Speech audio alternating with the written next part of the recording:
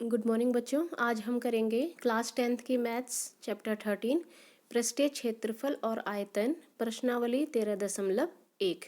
बच्चों, सबसे पहले आपको ये पता होना चाहिए कि पृष्ठीय क्षेत्रफल और आयतन में क्या मतलब है। पृष्ठीय क्षेत्रफल का ये मतलब होता है कि उसका हमें बाहर का एरिया देखना है, बाहर का एरिया देखना है। जबकि आयतन वो चीज़ होती है कि कितना भरा हुआ है, यानी कि कितना ऑक्युपाइड है, कितना फुल है ये। ठीक है, जैसे कोई कमरा है और उसमें बहुत सारी हम ईंटें भर दें तो क्या हो जाएगा, कमरे का आयतन। या कमरे के अंदर कितनी हवा भरी है वो उसका आयतन हो जाएगा। कोई बैलून है, गुब्बारा है, हमने उसमें हवा भरी है तो क्या हो जाएगा, गुब्बारे का आयतन हो जाएगा जितनी उस बैलून में हवा भरी होगी।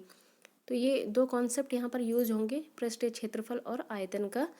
तो आइए शुरू करते हैं प्रश्नावली 13.1।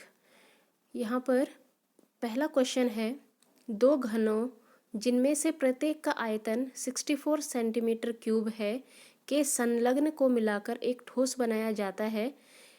इससे प्राप्त घनाभ का पृष्ठीय क्षेत्रफल ज्ञात कीजिए। यहाँ पर आपको ये क्लियर दिया है कि दो घन है हमारे पास। घन आपने देखे होंगे, घन का कोई एग्जाम्पल जैसे लूडो की डाइस, जैसे लूडो खेलते हैं उसमें जो डाइस होता है वो भी किस आकार का होता है, घनाभाकार आकार का होता है,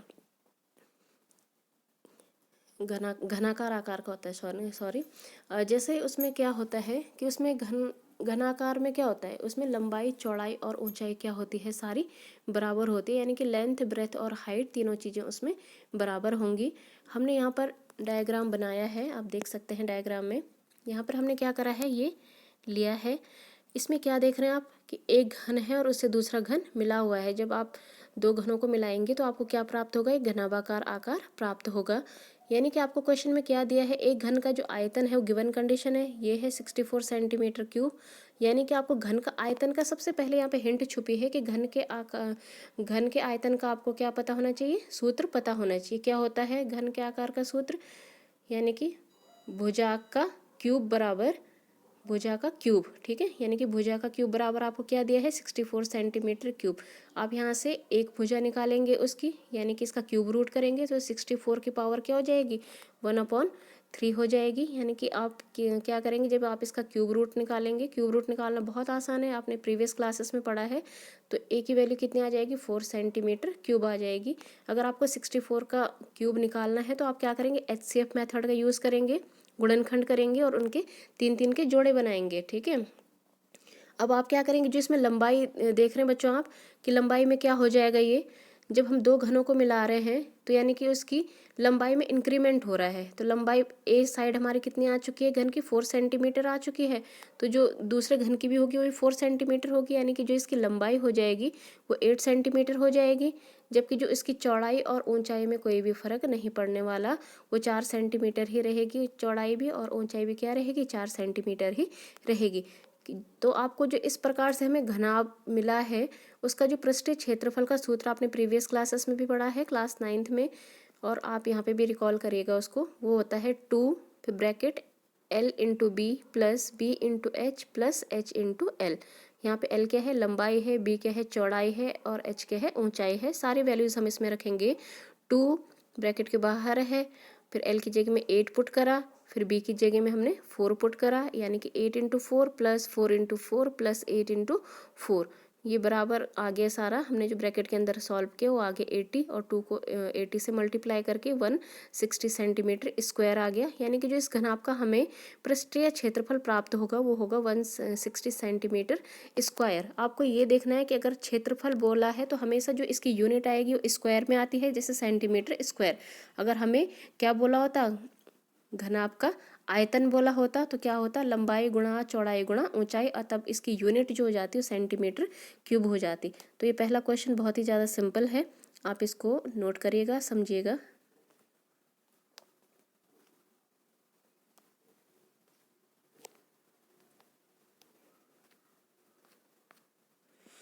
अब बढ़ते हैं क्वेश्चन नंबर 2 में।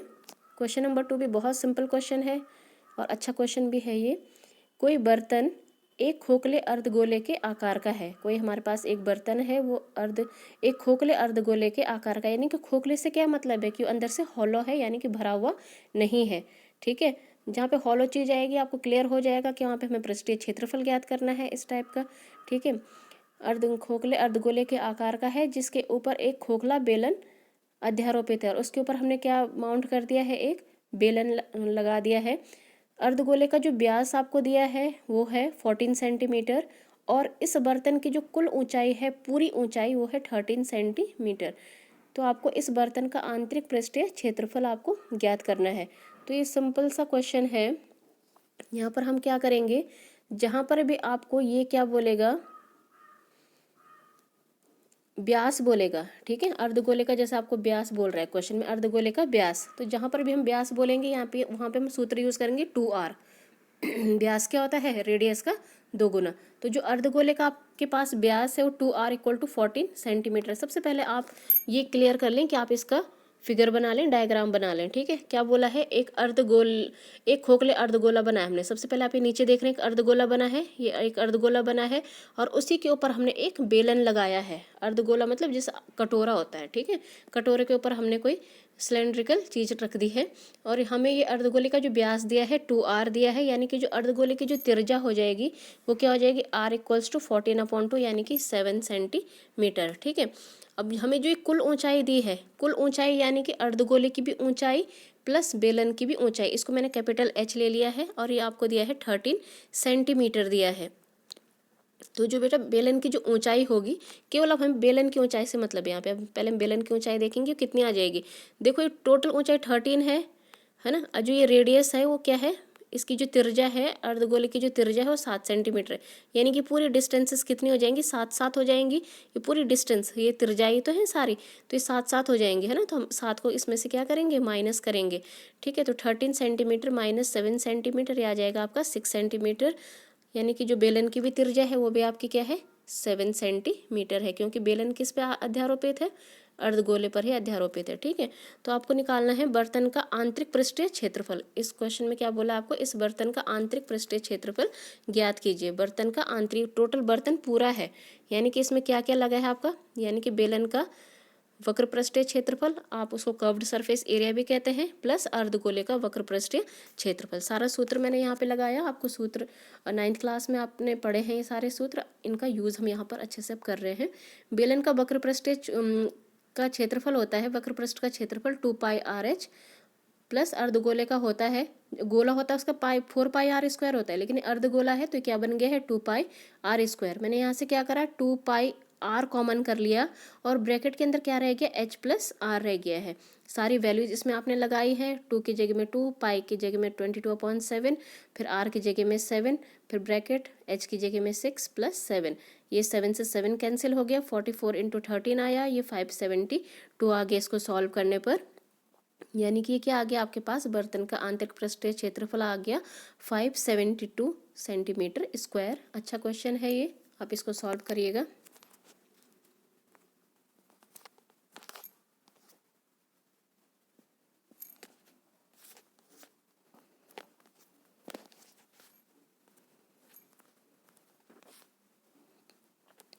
नेक्स्ट क्वेश्चन जो वेरी इंपॉर्टेंट क्वेश्चन है वो है आपका क्वेश्चन नंबर 3।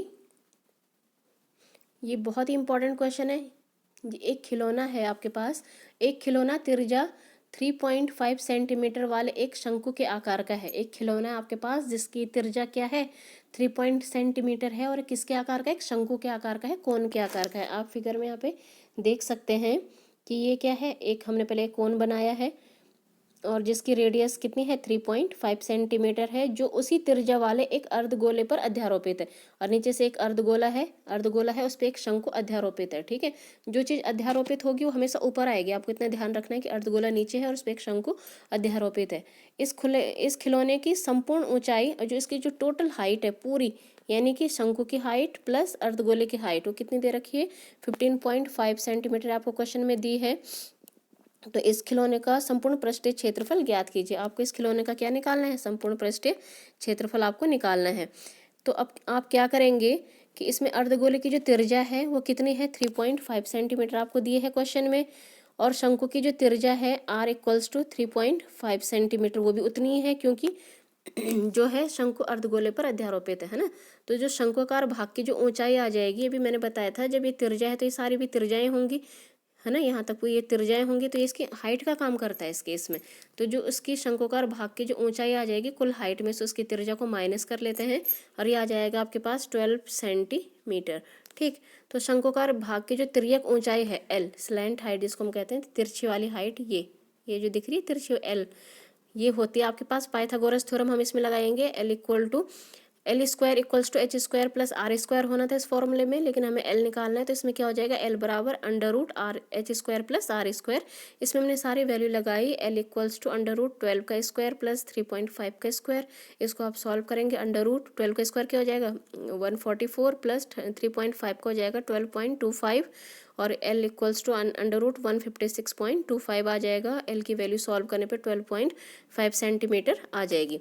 तो जो आपके पास खिलौने का जो कुल पृष्ठीय क्षेत्रफल आएगा वो आएगा आपके पास, खिलौना किन दो चीज़ों से मिलकर बना है, शंकु से और अर्धगोले से, यानी कि शंकु का वक्र पृष्ठीय क्षेत्रफल प्लस अर्धगोले का वक्र पृष्ठीय क्षेत्रफल। तो शंकु का जो वक्र पृष्ठीय क्षेत्रफल होता है वो होता है पाई आर एल प्लस 2, और फिर अर्धगोले का जो होता है 2 पाई आर स्क्वायर। पाई आर मैंने कॉमन कर लिया, पाई आर ब्रैकेट के अंदर रहा एल प्लस 2 आर। सारी वैल्यूज़ आपने पुट करी, पाई की जगह में 22/7 गुणा आर की जगह में 3.5, फिर ब्रैकेट एल की जगह में 12.5, फिर प्लस 2 इंटू 3.5। सारी वैल्यूज़ पुट करी, सॉल्व करी, आंसर आ जाएगा आपका 214.5 सेंटीमीटर स्क्वायर। तो बहुत ही सिंपल ये क्वेश्चंस हैं और बहुत ही इम्पॉर्टेंट है, आप इन क्वेश्चंस को नोट कीजिएगा।